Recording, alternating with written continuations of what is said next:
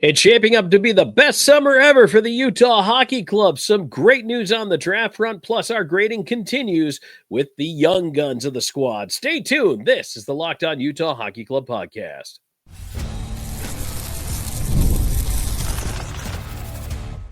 You are Locked On Utah Hockey Club, your daily podcast on the Utah Hockey Club, part of the Locked On Podcast Network, your team every day. Hello, everyone, and welcome into the Locked On Utah Hockey Club podcast. I'm veteran NHL voice Tom Callahan, joined by longtime team analyst Robyn Leaño, and we want to thank you for making us your first listen each and every single day when it comes to the Utah Hockey Club. Robyn, it is the best summer ever, and Utah, I don't think you could have drawn this up any better. You come off winning the NHL draft lottery. You're now picking 4th instead of 14th. And a chance to get a real impact player into the lineup. Plus, you advanced in the regular season, so you made some good progress here. Now that all the work is done, but now it's exciting. You're going in with a ton of draft picks into the draft, a ton of cap room into free agency, a team that is on the rise. And in today's episode, we're talking about grading the young guns who are an exciting part of the future. It's a great time to be a hockey fan in Utah.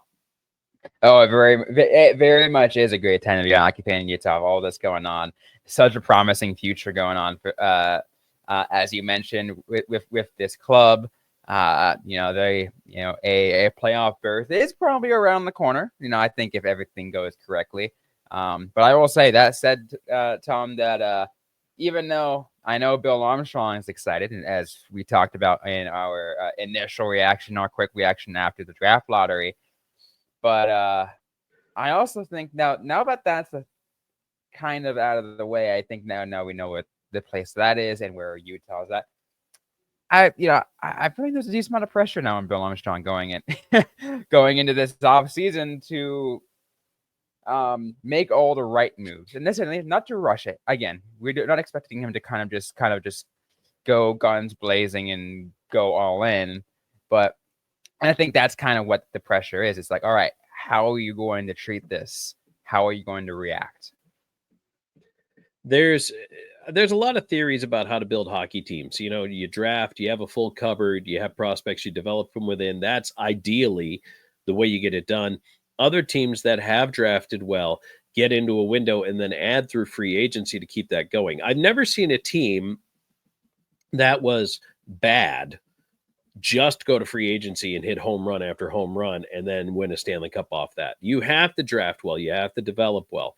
Yep. That's what makes this number 4 pick so intriguing for the Utah Hockey Club. So you're right.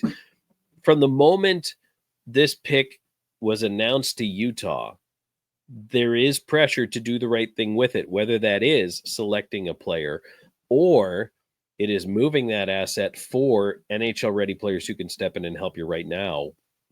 You want to make the right moves that will benefit the club the most. Short-term, long-term, setting them up. Look, everybody's goal is to win a Stanley Cup. Pure and simple. Everybody wants to win a Stanley Cup. And, you're on a path that you believe in. You have a system that you want to follow, and that's great. We have seen progression from it. But now, you're right. This is time now where we expect, and a lot of other analysts and media members, and even I'm sure internally will expect playoffs now. The answer is playoffs. And that makes it an exciting time. But again, like I said, it does add to the pressure. It does. It magnifies every move, but that's why it's fun. Robyn, we're going to be covering this every single day during the summer. Oh, I can't wait. And it's going to be, we're going to put all the speculation out there, right? All the possible moves they can make, whether it's via trade, free agency. We're going to have draft coverage, all that coming up this offseason. And I cannot wait.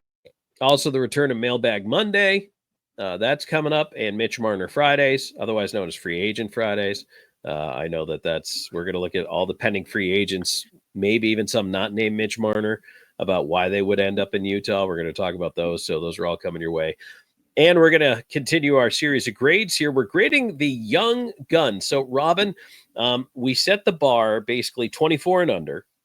for a young gun to be considered a young gun here for this Utah Hockey Club. And we ended up with 5 on our list: Gunther, Cooley, Doan, Hayton, and Maccelli. So we're going to start it off with Dylan Gunther in this segment here. Want to talk about him and the season he had. And, I mean, give us your thoughts, Robyn. An 82-game look back at – actually, and the story for him starts a little before those 82 games, doesn't it? Absolutely right. Dylan Gunther going into this season, having right before going into this, preseason, signing an incredible extension, right? That was that I think even at the time, a lot of us thought it was a pretty big win because we knew what the potential was. I had all the hype for it because I said Dylan Gunther is a true sniper. He is a true goal scorer. He will showcase his goal scoring technique. And what does he do, Tom? In the first, let's say, 5 games of the season, he showcases that and just seems like he was freaking stoppable. Really showcased that he was a true goal scorer. Now, he did, Tom, slow down a little bit, right? He did have a pretty significant period where I was wondering where he was, but that did come. He did come back and did kind of, I guess, balance himself out. We didn't see the flashes so much, like that the crazy streak of just like nonstop goal scoring, but he brought back from that low period a sense of at least, I would say, moderate consistency. Again, not consistency as I would hope, enough that I would expect. I would consider, quote, consistency for him as at an early age. But again, true goal scorer, kind of really on the top of there in goals for the team. And I was really impressed from him this season. And I was wondering what his response would be after a contract like that. Some kind of fallback, some just immediately have the time of their life and an amazing season. Dylan Gunther did that. So Gunther, by the way, if you're wondering what the contract is, he is signed up through 2033. So they wrapped up. And this was the last year of that ELC deal that was at $894. So now it's $7.142 million moving forward through 2033. Now, there were some at the time who actually did question Bill Armstrong on this deal. The length of the deal. It was the first time he ever put a deal like that. Right. And really, that was an investment deal. But you have to see something special in the player. And I think out of the gate, there was the adrenaline of the deal. Gunther was excited, came out and showed what the capability is. But then, as Robyn said, for stretches, disappeared a little bit. Robyn, I think when you're 22 and you sign that first big contract, there is going to be the tendency to have that lull after the buzz. And then he brought it back up towards the end of the year. What I will say is that his inconsistency was no surprise given the inconsistency of the Utah Hockey Club itself. Right. It matched, right? It's not like if Dylan Gunther was on a high all season long, then then we'd be the grading system would look very far different across the board here, not just for Dylan Gunther, across the board, because I felt like the team would look a lot better, but he kind of matched the level of inconsistency the rest of the team had. And that's why I use the term consistent to my expectation, because he was kind of around where I thought he was around what the rest of the team was. So by the time the dust settled on the season, Gunther finished 4th on the team in scoring, did get to 60 points. 60 goals would be amazing. Oh my God. Yeah. No, 27 goals, which, by the way, was second on the team. 33 assists and 60 points, as I mentioned. Now, 12 of those goals, 12 of the 27 were on the power play. That was the most on this team. So that's huge. And 9 game winners, also the most on this team. Also huge, Robyn. Those are pretty big, important, timely goals being scored by a guy who I think is going to be the sniper for this Utah Hockey Club. So those are all encouraging signs to me for Dylan Gunther. Very much encouraging signs. And again, I will still be heavily watching how his reaction is in the first year of this new deal, right? Because that kind of can sway things. But that's for a future talk. We're talking about these last 82 games and then a little bit more, and then it's like whatever, and then what happened slightly before that. But I mean, I will say, like, I was more than happy with how he performed this season. So what grade do you assign Dylan Gunther? I think given the curve and the standard I've already set kind of with the last episode, I'm giving him an A. Oh, okay. Dylan Gunther gets an A. I think what kept him from being an A player to me was the up and down, the struggles here and there. Again, keeping in mind he's only 22, but yes, I'm basing him based on every NHL player everywhere. So to me, I think it was a solid B season. Not quite a B plus, but a B. Nice solid B for Dylan Gunther. He will get better if he's able to produce consistently over the course of a season, Robyn, whether it's next year or the year after. He's going to be the leading scorer on this team. And I don't just mean goals. I mean points as well. He will get past the captain. And I really think that he has the ability to be the guy who will set some records in the Utah hockey record book by the time he's done playing. I mean, Tom, we're talking young guns, and why not? Like, I mean, it's the best way to start with the gunner, right? So, you know, Dylan Gunther, the gunner, spicy Dill, however you want to, whatever you want to call him. I like it. And yeah, it is a good way to start. So we've got 4 more players to get to here. We're going to talk about Logan Cooley and Josh Doan, and maybe a little bit of a surprise coming your way on those, plus Barrett Hayton and Matthias Maccelli also in the program as well. So stay tuned as we grade the young guns of the Utah Hockey Club. And today's show is brought to you in part by Wonderful Pistachios. Are you looking for a snack that's both delicious and nutritious? Well, crack into a good source of protein with Wonderful Pistachios. Wonderful Pistachios is one of the highest protein nuts. Each 1 ounce serving has 6 grams of protein, giving you over 10% of your daily value. Plus, they're packed with fiber and better for you unsaturated fats to help keep you feeling fuller, longer. I'm an O-Shells guy. I like the grab and go. As a matter of fact, I like to get the little snack pack ones, the tiny ones that you just literally, it's a nice quick serving while you're on the go.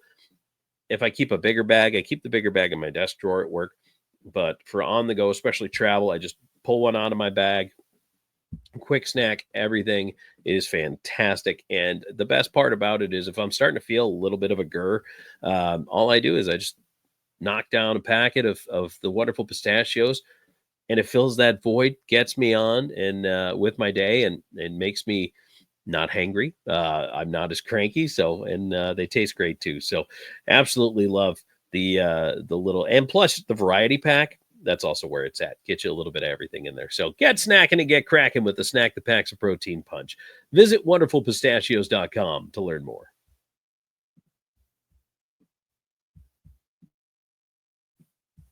All right, Tom Callahan, Robyn Leaño here with you on the Locked On Utah Hockey Club podcast. Hey, don't forget to like and subscribe while you're here. Go ahead and hit that thumbs up button on the YouTube side as well. Helps us with the algorithm, but it also helps you find more great hockey content just like this. Robyn and I are with you every single day, right through free agency, right through the draft, the summer madness that is coming up. We're going to be here for you talking about the Utah Hockey Club. Robyn, this segment, I want to talk about, I think we're going to talk about Logan Cooley and Josh Doan. I will let you pick which player you would like to talk about first. Ooh, okay. Let's start with Logan Cooley. Okay. And I think because it's important to talk. I think to talk about Logan Cooley because we're talking about we've been talking about high draft picks, right? And lately, especially lately, Logan Cooley was a 3rd overall pick just a couple of seasons ago, right? A couple of years ago. And what I'll say is probably one of, like, if not one, the best pick from that draft that, like, so far, I should say. And so far is the key term here, because I feel like he's really proven his worth. He's really shown that he's up there and has been absolutely phenomenal so far. He's out there, and it's interesting, but because for a kid who's, I think what he's still only 20, right? Like 20, maybe 21 years old. Like he just 2 days ago turned 21. Yeah, just a couple days ago turned 21. Honestly, I think that's like he has surpassed my expectations for a 21-year-old. He's been looking comfortable out there. He has at least maintained a fair level of production through the good part of the season. There were a few things kind of, I think, just kind of like very like grasping at straws. They're like, and just little things that I would have liked to see better, because it's just me just wanting to see Logan Cooley be the best he can be. But I think for a for a player under 21 for this season, I feel like that's getting a great season. So for me, Logan Cooley, a couple of things that are very impressive in a season as a 20-year-old. A couple of things that I like to point out. Number one, he was a +1. And so that tells me already he's got defensive responsibility, and I like that, and I appreciate that. Second on the team in scoring was 65 points, 25 goals was third, 40 assists was also third. Just a really solid overall player. 15.8 shooting percentage. That was actually a pretty high conversion rate for Cooley. It was higher than his previous season. And I look at him as a player who, if he's going to be up around that, and you think, well, that is kind of high, and normally I would agree with you, but then you look at what he did last year, 13.2% shooting percentage. So maybe Cooley is a better goal scorer than we really think about. And even though, like I say, he did score 25 this year, but I'd like to see him shoot the puck more if that's possible in the coming years here. And what an increase from last year. 82 games, 44 points with the Coyotes in 23-24. 75 games, 65 points this year. And power play production went up. Power play goals went from 3 to 7. Power play points went from 13 to 20. I really think he picked his game up yet again. And to be such a young player, Robyn, his development has been fantastic. And that's something a lot of fun to watch. So for me, I think I'm putting him in, I think he's B+, A-. Okay. For me. Actually, I think I'm going to give him the A- just because of his age. And all the tools that he has shown him represented. I think he's an A- player. You're right. Absolutely. A- was what I was thinking, where I was looking for Logan Cooley as well. The only negative, the only really negative mark that I think I can maybe put in specific, and this was something that I saw last year. And only a little bit this year, and happened in the first half, like a little bit more. I don't need Steve first half, but in the beginning of the season, when I say all of the team was kind of going through some struggles a little bit. And I always felt like I was getting a little frustrated sometimes when and this was some case with some other young players, would just defer to the vets and be like, I'm not going to shoot. I'll let you take this. And all of a sudden I'm like, you had the perfect opportunity. You have to be confident in taking that shot. So that's the only negative mark. But he got better over time, and he got that confidence later on in the season. So he kind of gets those points back, bringing him from that B+ range to an A-. Okay, Josh Doan. Let's keep the segment rolling here. Doan this year, 51 games, 7 goals, 12 assists, 19 points. Did have a couple of stints in Tucson. You know what, Robyn? I feel like Josh Doan never quite found a home or a role this year with Utah Hockey Club. Yeah, it's really interesting because I feel like a lot of people had higher expectations for Josh Doan this year, because when he got called up from Tucson at the end of last year with Arizona, he went on a tear.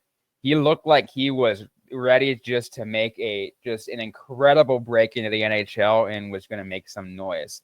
And I feel like even though that sustainability of that level was would be too much to ask for. I felt like there was still an expectation that we'd at least see something close. But we saw glimpses. We saw some amazing things from him this season.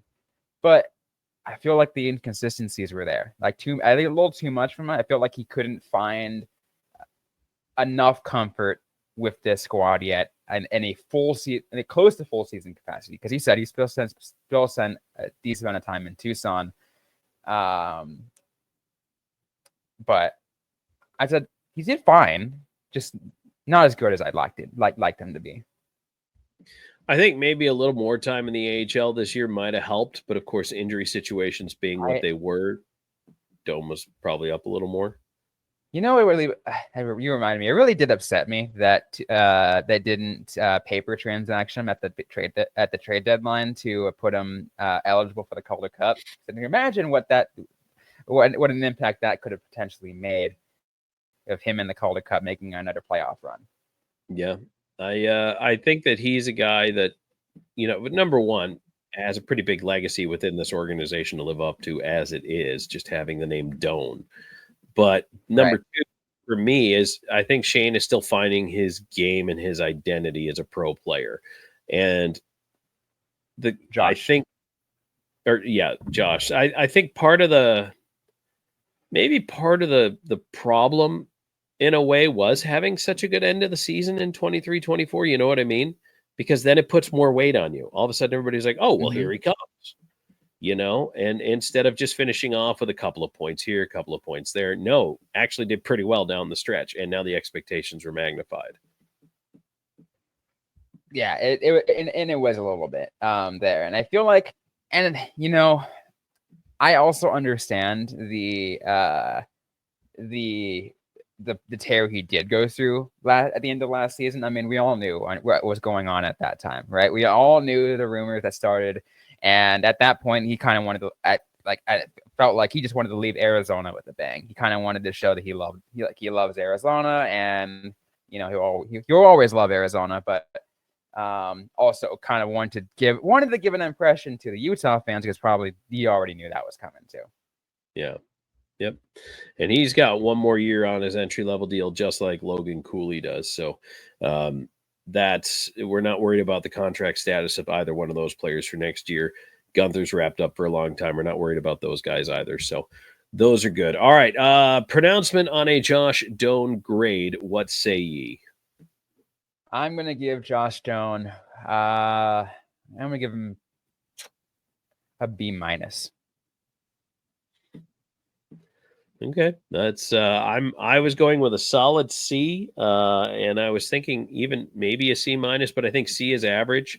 I think Doan might have been a little below average for what we expected this year in the development cycle for a 23-year-old. So Robyn, I actually might go C-, on Doan here. And I know I'm harsh. I know I'm harsh, and people.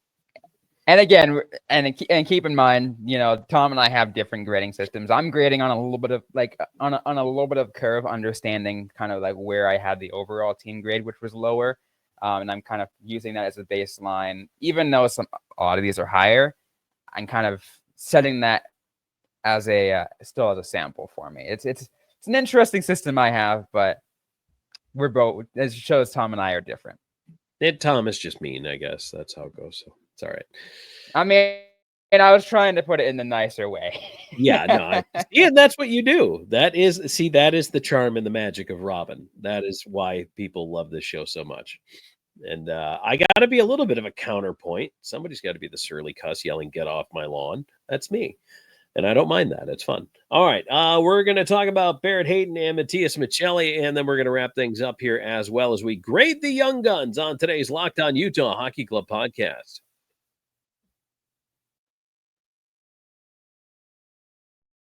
An award-winning mattress can change your life. I speak from experience. It happened to me. After years of uncomfortable sleeps, I recently switched to Bear Mattress, and the results were instant. Bear Mattress is designed with a focus on recovery, cooling, and pressure relief to upgrade your sleep and improve your overall quality of life. I used to deal with night sweats, but Bear's best-in-class cooling ensures optimal temperature regulation, which prevents overheating and helps me stay comfortable all night long.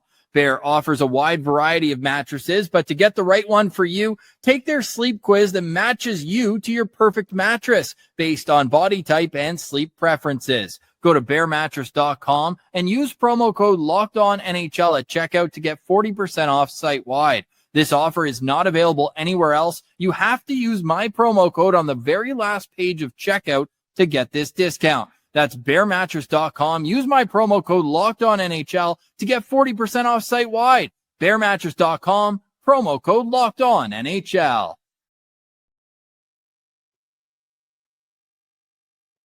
All right, back here with Tom Callahan, Robyn Leaño, and our wonderful listeners and viewers on the Locked On Utah Hockey Club podcast. We do appreciate all of you, the everydayers, the long-timers, the newbies coming in and checking things out here in this offseason of content. Hey, the bullet says it, so it must be true. Best summer ever for the Utah Hockey Club. I mean, last year was kind of chaotic, so this one's got to be better, but already you're moving up to fourth in the draft.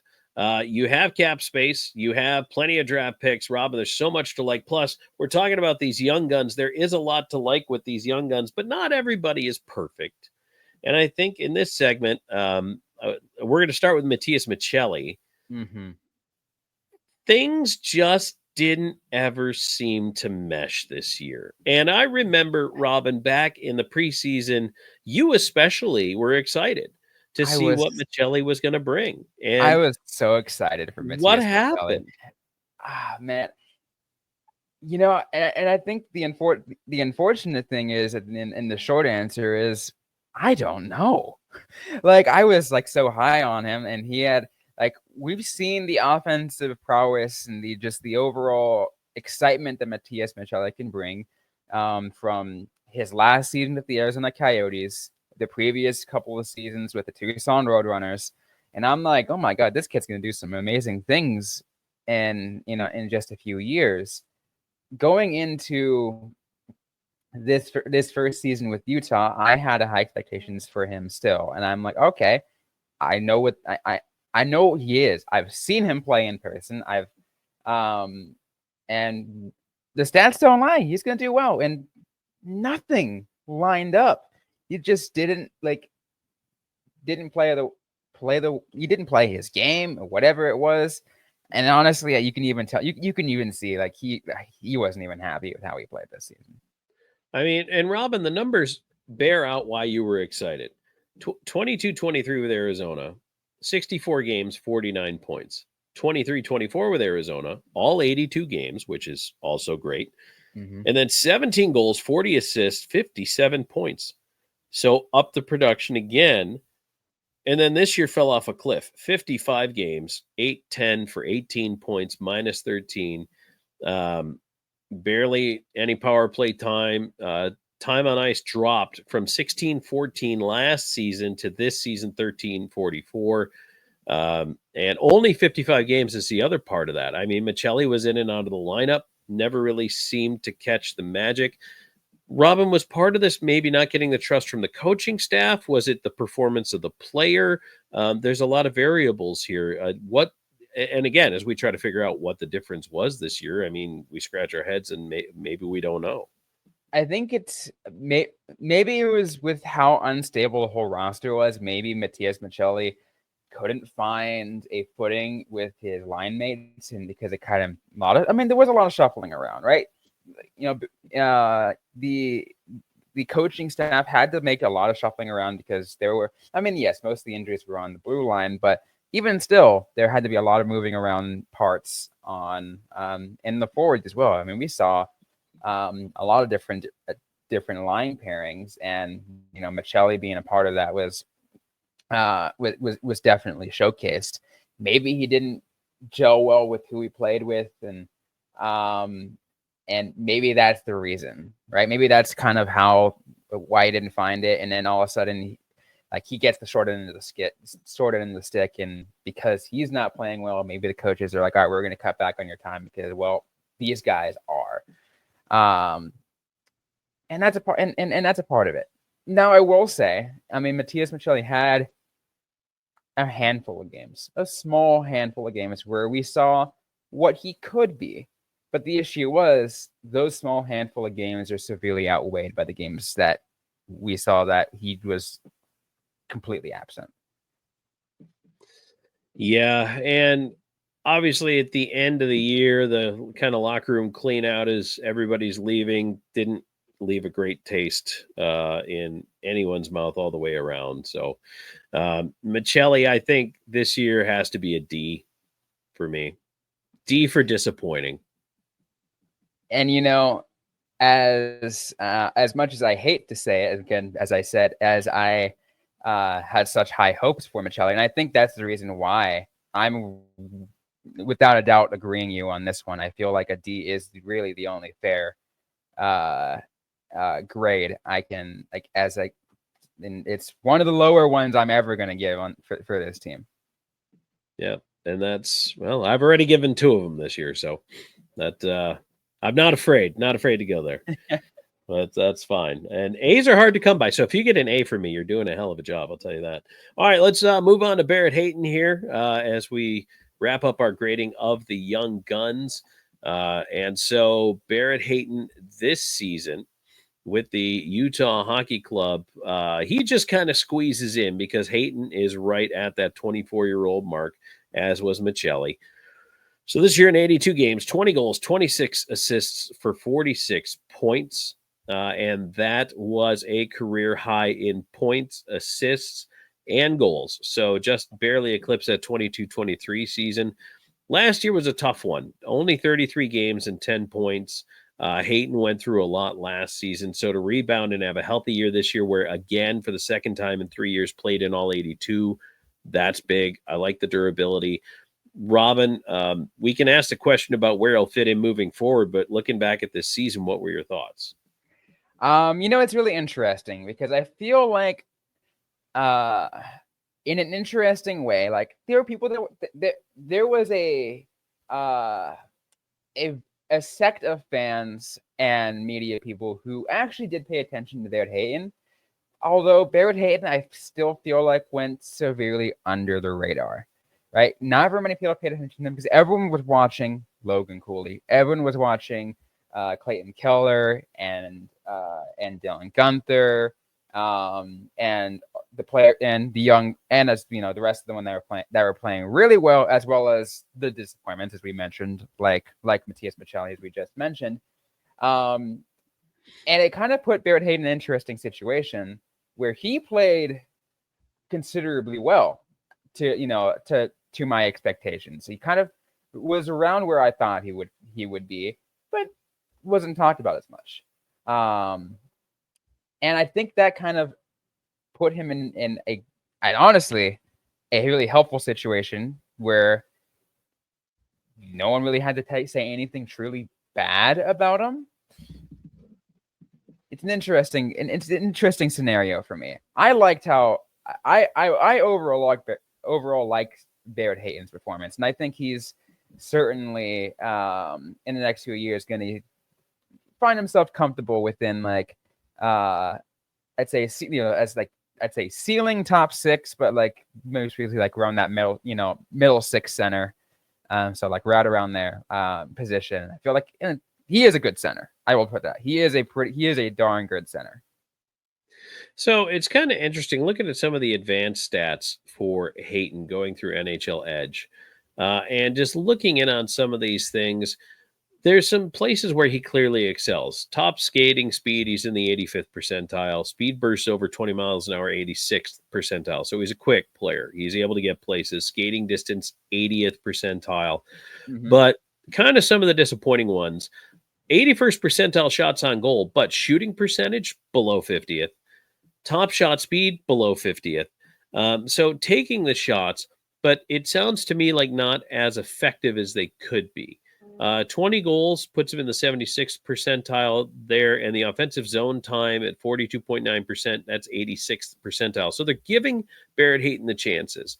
It sounds to me like this is a player, and you look at the stats, and I mean, the offensive numbers were there, but I think if Barrett Hayton wants to become a big-time impact player for this team, it's all about working on the shot.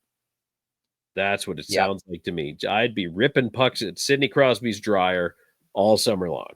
You're right. Absolutely. And I mean, I still think a 20-goal season to me, I think is still considered fine. It's not. No, I think it's 20-goal scorers don't grow on trees. Right. They're nice to have. It's really nice to have.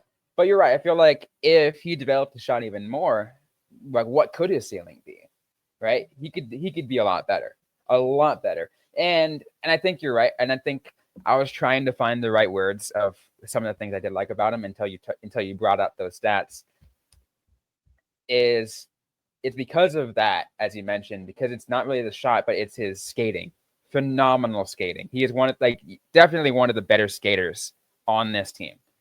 And I think that's why like it goes under the radar, because everyone watches the shots. Everyone watches the snipers, right? You don't take a look at the people who are all the time of the skaters. Not everyone does, I should say. Yeah. A lot of people do. The select people do. Like there are Barrett Hayton loyalists out there who are probably listening to us and they're like, yeah, we knew this. And there are other media people who are like, yeah, we have like an eye and a telescope on Barrett Hayton watching his every move. But then there are fans out there who, again, like I said, we're watching your snipers. They're watching your Gunthers because that's the flashy to them. For me, Gunther is most effective, Hayton is most effective playing with sandpaper, playing with jam, getting to the front of the net, and knocking pucks home. I like seeing players play with some grit. And again, when it's not there on a given night, Barrett Hayton is one of the guys I look to. Hayton, McBain, Spicy Tuna, those are the players, Lawson Krause, I'm looking to try to turn around a night where you're blah and you're in the doldrums by going out and making something happen. And Barrett Hayton, yeah, you're right. And I want that. You hit the nail on the head here, Tom. And I think the way you group those players together, what do they all have in common? What kind of player are they? A lot of them are power forwards. What do? They use their body, their skating abilities to get in front of the net and create scoring opportunities. Get to those rebounds, score the ugly goals. They don't ask you how, just how many. Dave Andrechuk made a career out of it. You know, Tim Kerr, Cam Neely, all these guys that we revere, the great power forwards of years gone by now. But they got to the front of the net, and if they had to bang it in with a shovel, they did. It doesn't have to be pretty. It's just got to get across the line. And just jokingly, Tom, speaking from me, being the beer league's version of a power forward. There you go. That's absolutely solid. I love it. So, all right, Robyn, Barrett Hayton, final grade. Barrett Hayton. I am going to give him a B+. Okay. I don't mind that grade for Barrett Hayton. I'm going to go solid B for Barrett Hayton. So that I think is pretty level for what we've seen here. And boy, you hope for all these young guns, you hope it's only upward from here. Oh yeah, absolutely. And I have high expectations for the majority of these players. Absolutely. We sure do. I always do. I'm always going to give high expectations for these players because I want to see this team improve every single year. Agreed. And we welcome you to put your comments down below. Let us know what you think. Are we way off on the grades? Who would you grade higher? Who would you grade lower? And who are your biggest expectations and weight of those expectations laying on coming into next year? So, Robyn, where can they reach out to us on social? They can find us everywhere on social, primarily on Twitter at @LO_NHL Utah, also on Blue Sky at Locked On Utah Hockey. You can find me primarily on Twitter at Robyn_Leaño. And I'm on Blue Sky most of the time at Tom Talks. You can chat with me over there. I'm also on Twitter at Callahan on Air. And we thank you so much. We couldn't do it without you, and we love it. The growth has been phenomenal here, even into the summer. Tell your friends, check us out right here on the Locked On Utah Hockey Club podcast.